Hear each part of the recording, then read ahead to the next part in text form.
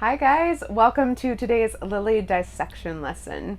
For those of you who don't know me, my name is Eileen Chevalier and I created the typewriter alphabet and the typewriter alphabet botany curriculum.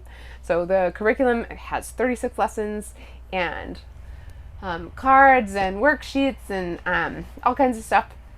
And then the other thing that I do with the flowers is to actually dissect flowers. All the drawings that I did for the alphabet are dissected flowers. So take a flower, cut it in half, and then draw it. So today I'm going to kind of combine those, and we are going to have a lily dissection lesson. So if you go on our website, docent.com, we'll put that below, you can get one of these lesson worksheets. So on this side, I took a lily, one of these guys, and cut it in half and did a drawing for you to label on this side. So there's information about monocots over here, and then you can just label the parts on the outside. On the inside, I have a little bit more written information and a bunch of different drawings. So these three are the same. They were this rather sad flower.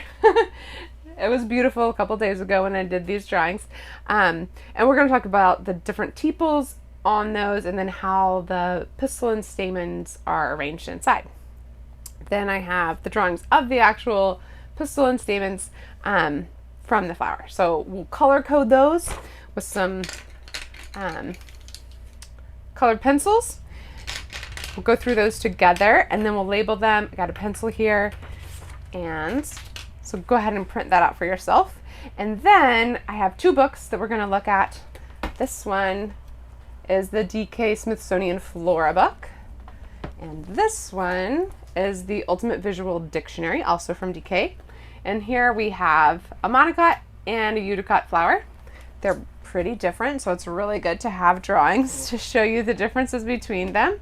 And here it's mainly just one big eudicot flower, which is not exactly what we have, but there's a smaller drawing of a monocot, which is also happens to be the lily.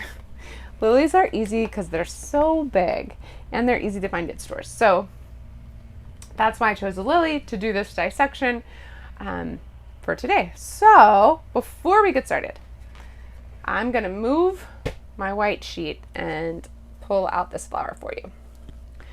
So the first thing that I like to look at, if you have access to see the stem of the flower, then you can figure out what the inflorescence is. And inflorescence means how the flowers are arranged on their stem. So here we have two flowers that are attached at a central point on this larger piece. So everything has a special name. This is called the peduncle because it's the main stem that's holding up the flowers. And each of these two right here are the pedicels. So they're like a smaller stem. So bigger stem, peduncle, smaller stems, pedicels. And this is actually called a cyme inflorescence because both of the pedicels are attached at the same point.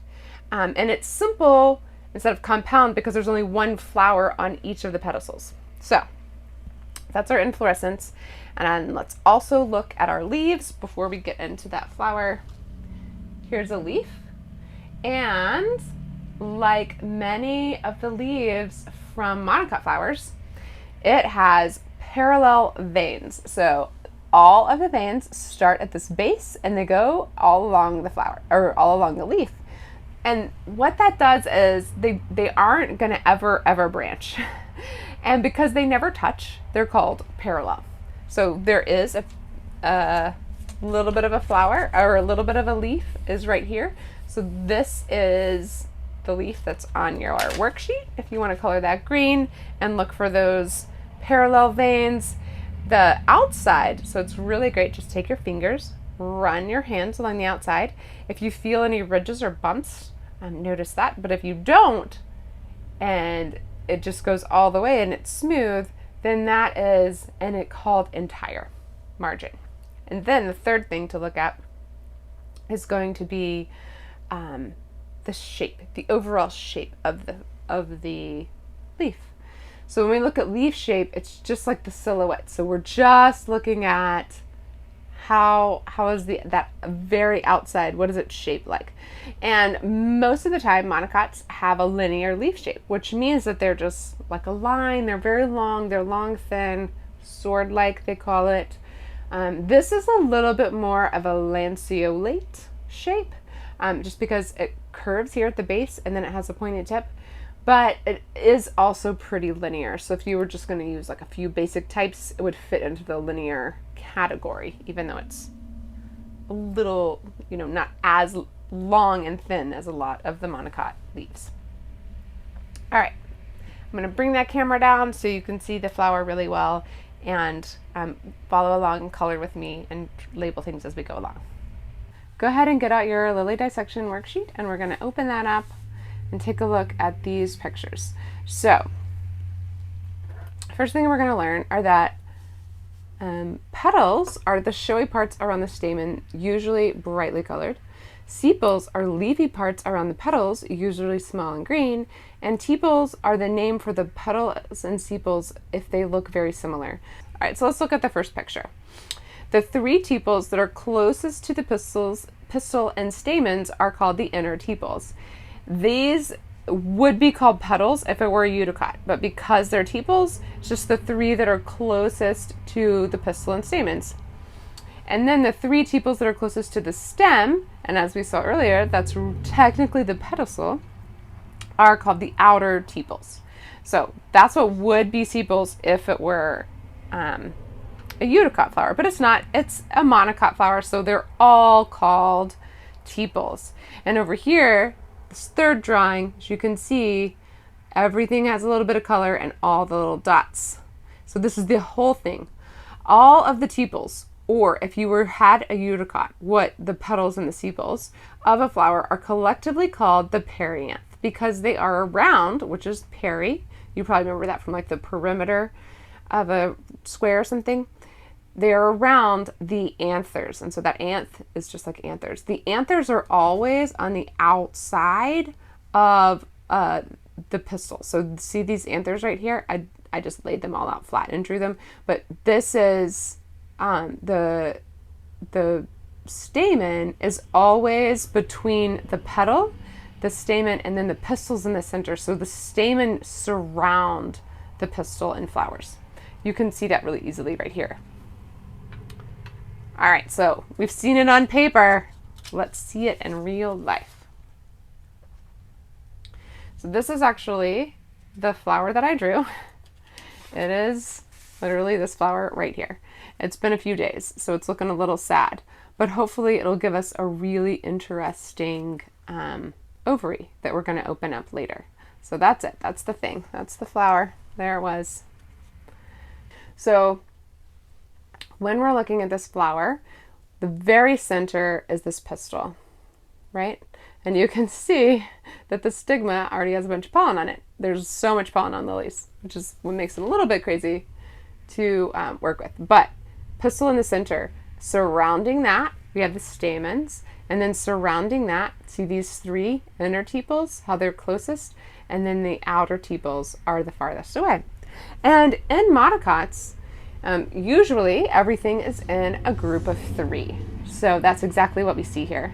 The outer tepals, there are three of them, and there are three inner tepals. One thing that we're going to see on these flowers is they have all these crazy little structures that are sticking up. They're almost like guard hairs that we see in a foxglove. And they are dark. They make these dark little dots, and those are nectar guides because they're guiding animals into the flower and attracting them.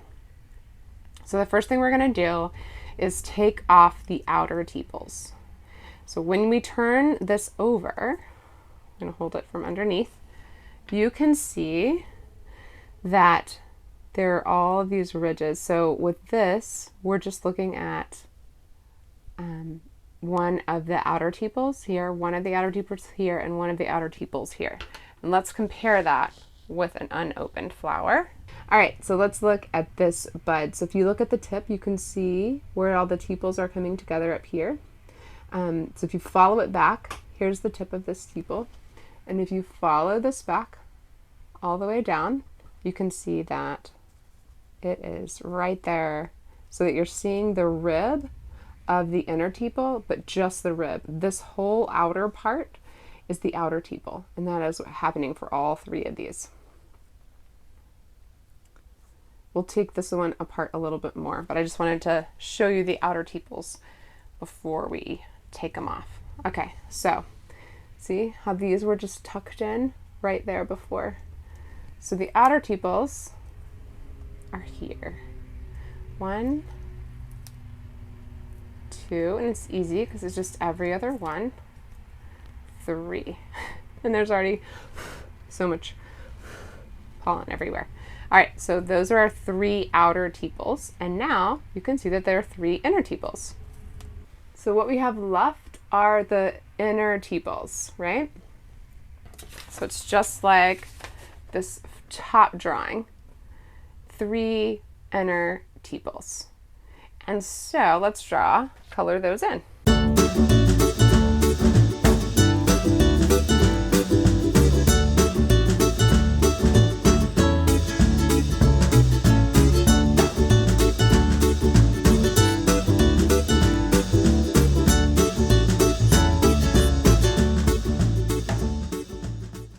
All right, so now we are going to check out these outer tepals. So we already took them off, and they look really similar. So let's just compare them really quickly and talk about why they are called tepals instead of sepals. So it'd be really great if you could compare this with, so this is a good time to look at your DK Visual Dictionary book, and compare what sepals actually look like and petals as opposed to these two. So you can see that the coloring, the green, the magenta, the white on the edges, the nectar guides on both, that is all the same between these two. These are slightly smaller and these are slightly larger, but that is the only real difference. So these, because they were covering up the bud, I think that's why they're a little more compact. But other than that very slight size difference, which if in a normal eudicot, if this were the petal, the sepal would only be this large. This is not a sepal. This is part of the petal. It's all one piece. So this is a tepal, and this is a tepal, as opposed to them being petals and sepals. Petals are on the inside, sepals are on the outside, but in this case, they're so incredibly similar that they are classified as tepals and not petals and sepals. Okay, I did put that in here where I said they would be sepals and they would be petals, just so you know the inner parts are petals and the outer parts are sepals. And because not everyone uses the same language and the same terms, so that's in there, but really monocots have tepals almost always. And I even think that there are some eudicots that also have tepals. If you watch the bleeding heart dissection video, I talk about that some. It's really interesting to think about. So there you go. There's our inner and outer tepals. So now let's color, very similar, these inner tepals.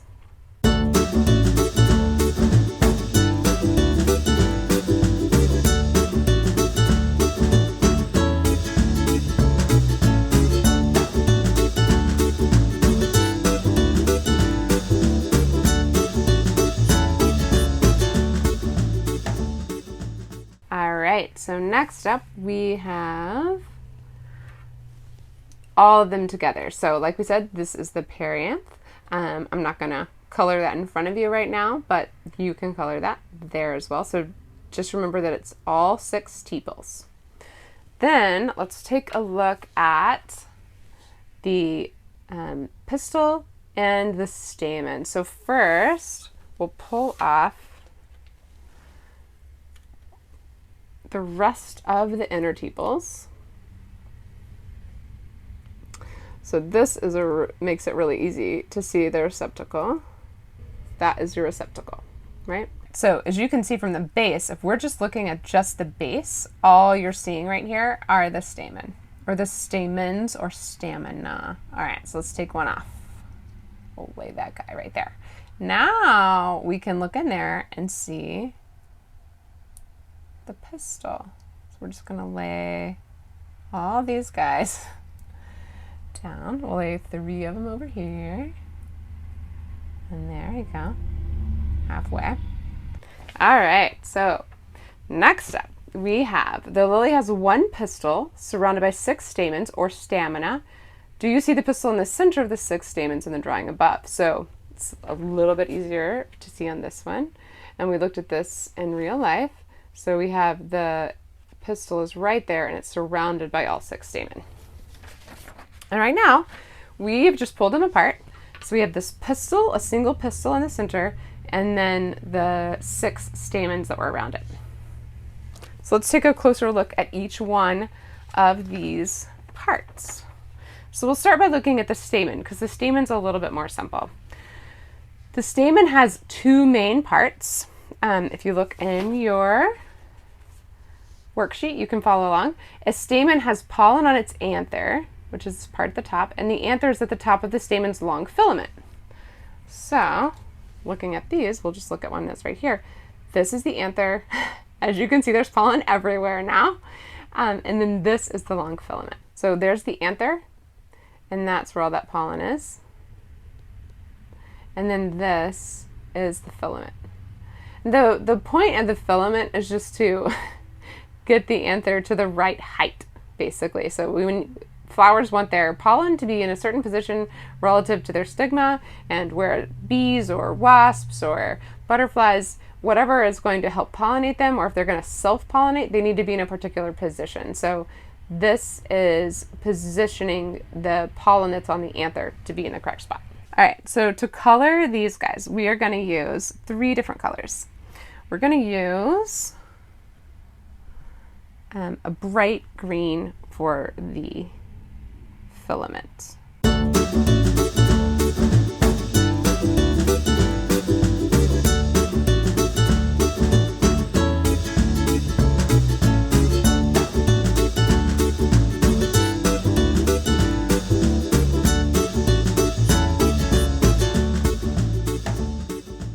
I actually have 2 different colors that we're going to use for the anther.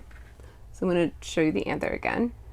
So there's the anther at its base, and then there's all of the pollen that's like a bright orange that kind of turns yellow on your hand.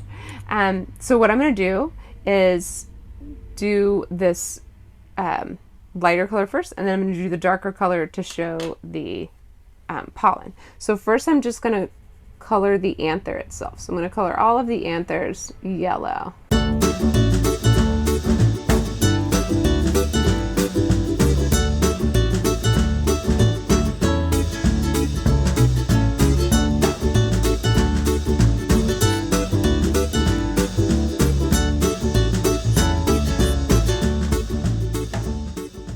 All right, so here is the anther, right? And then we're gonna color the pollen on top of there. So the pollen, all of the little pollen grains are attached, sort of, mainly falling off, but they are on the tips of these guys. So I'm just gonna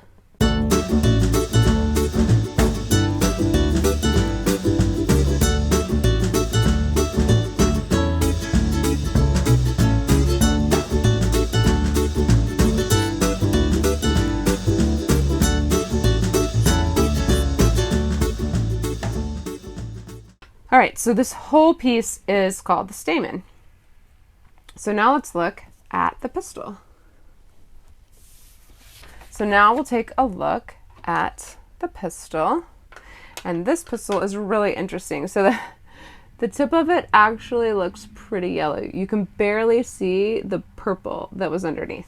So there's a better example in here. I'll just bring this one over just to show you.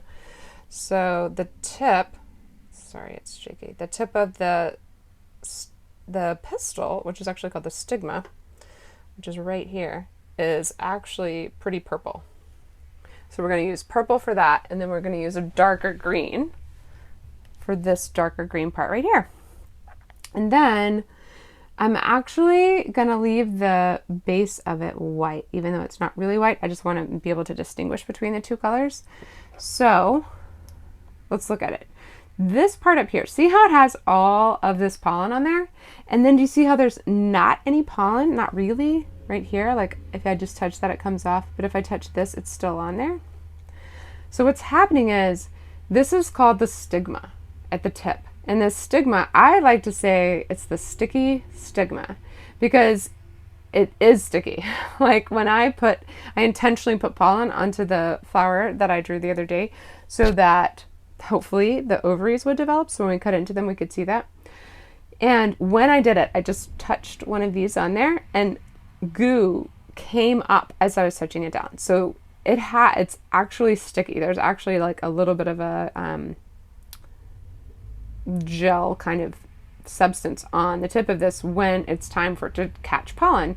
So it eventually won't catch pollen anymore and it'll dry up. But when it's ready for pollen, it's very sticky. And so the pollen will stick to it. And then, this is amazing, guys. Okay, the pollen, when it's on there, and I don't know exactly what triggers this event, but before the pollen is on there, this tube is solid. Okay, there's nothing in the middle. But then, when it is time and the correct pollen is there and the flower wants that pollen, what will happen is a tube is created. Right? So the tube gets created, the genetic material is going all the way down the style. And to help you remember that, I say that it's traveling in style. So this part, from where it attaches to the stigma, this long part, to where it attaches to the ovary. So this part right here, that's the stigma. The style. This is the stigma up here. So here's our complete pistil. It has a stigma, it has a style, and it has an ovary.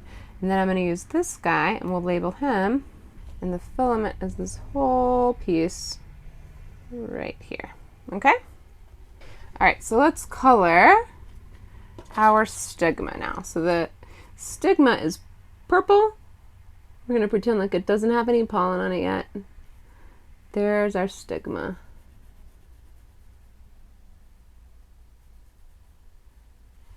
And then we're going to color the style.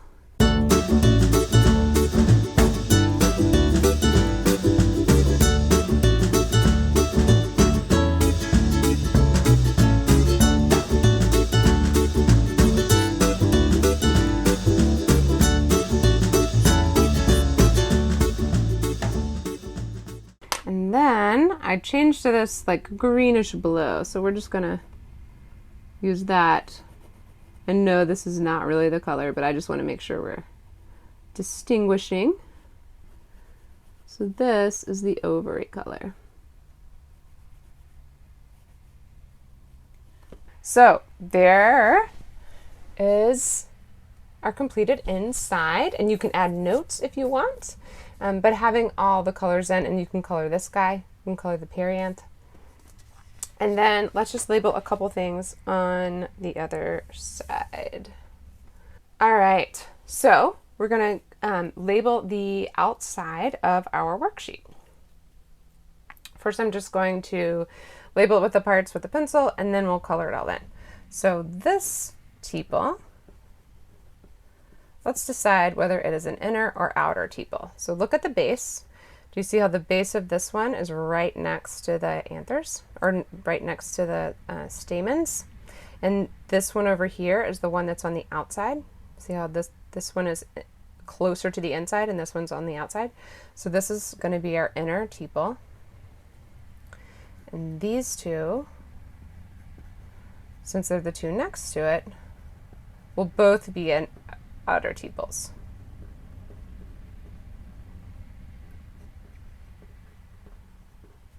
All right, now let's look at this long piece right now.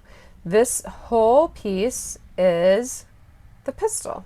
So just to make it clear, I'm going to write all the different parts and then I'll put pistil in parentheses. So at the tip, we have the stigma, and that is part of the pistil. Then we have right here the style, which is also part of the pistil. And then we have the ovary at the base. which is also part of the pistil. Then we'll label the anther, which is part of the stamen, and the filament, which is also part of the stamen. I'll just keep it consistent like that. All right, so let's color it in.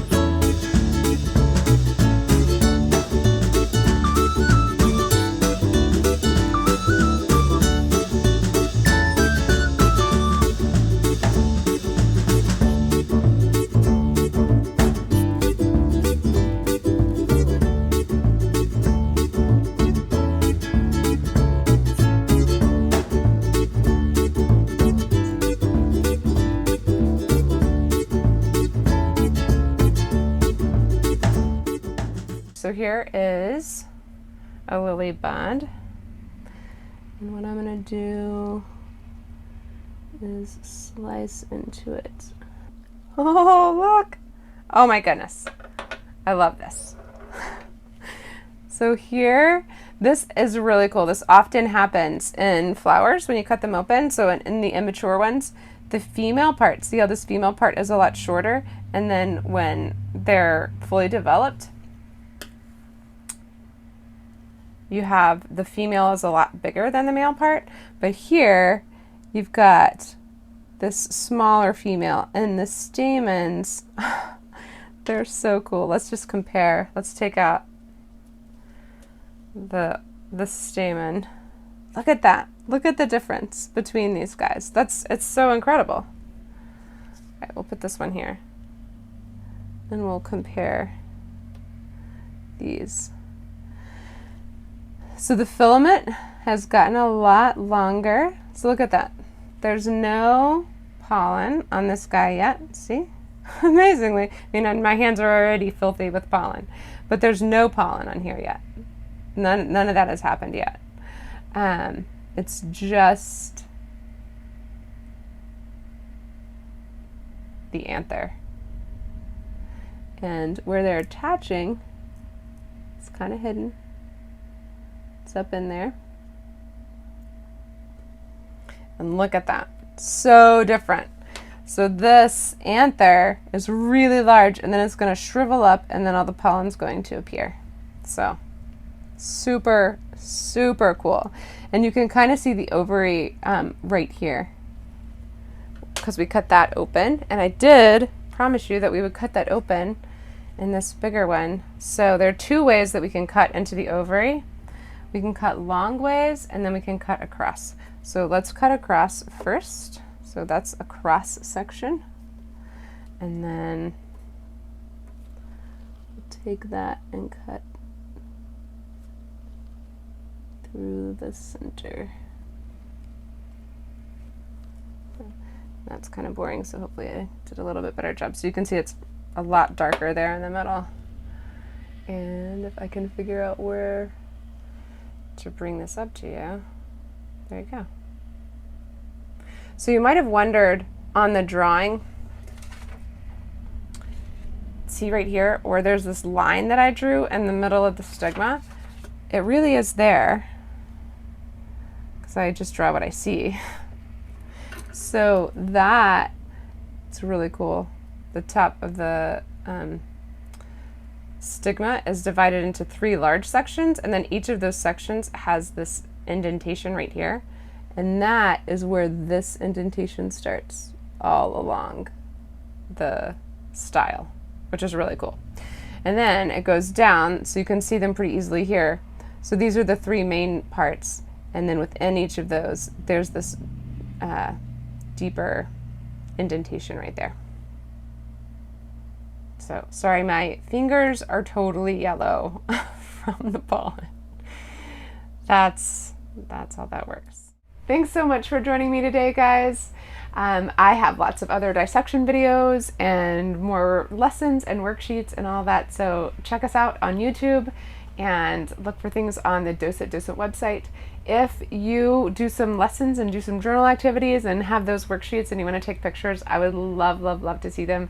So tag me in those at Docent, and all links are to everything below. So thank you again, and hopefully I'll see you soon. Bye.